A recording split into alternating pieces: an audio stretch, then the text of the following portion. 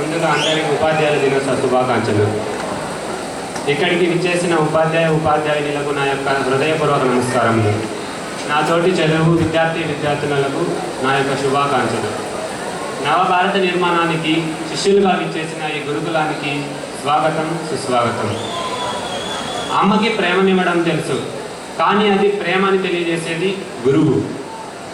నడక నేర్పించే నాన్న నీ కోసం కష్టపడుతున్నాడని తెలియజేసేది గురువు.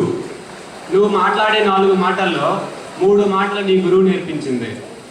మాంసపు ముద్ద అయిన నువ్వు ఇక్కడ ఉన్నావంటే దానికి కారణం కూడా గురువే.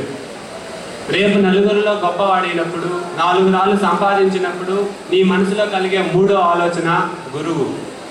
ఈ అన్నింటిని మించి అంతకు మించి చెప్పాలంటే నేను బతికి ఉన్నానంటే దానికి కారణం మా అమ్మ నాన్న, కానీ నేను ఇలా బతికి ఉన్నానంటే దానికి కారణం మాత్రం మా గురువులు. నాకు తెలిసినంత వరకు నేను ఎలా నడుచుకోవాలో, ఎదుటి వాళ్ళతో ఎలా ప్రవర్తించాలో చెప్పింది గురువులే. మీకు తెలుసా, ఈ ప్రపంచంలో జరిగే ప్రతి ఒక్క విషయాన్ని జస్ట్ 26 లెటర్స్లో మనం చెప్పేస్తున్నారు. ఒక piece of chalk and board వాళ్ళ ఆయుధాలు, దాంతో మన ప్రపంచాన్ని మాకు కావాల్సినట్లు మనకు అందజేస్తున్నారు.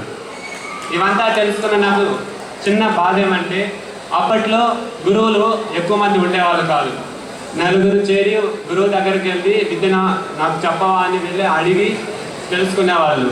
అలా గురువులకి కొన్ని రోజులకి మనసు కరిగి వాళ్ళే అడవుల్లో ప్రశాంతమైన చోటుకి తీసుకెళ్ళి చిన్న గుడిసెలో పాఠాలు చెప్పేవాళ్ళు. ఆ గుడిసె నుండి ఇప్పుడు ఇంత పెద్ద విశ్వవిద్యాలయాన్ని కట్టించారు.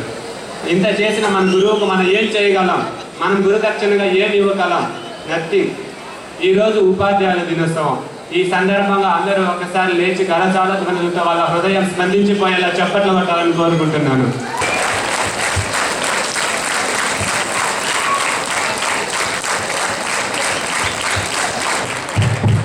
ఇచ్చిన అవకాశాన్ని ఇచ్చిన విజ్ఞాన యూనివర్సిటీకి నా కృతజ్ఞతలు.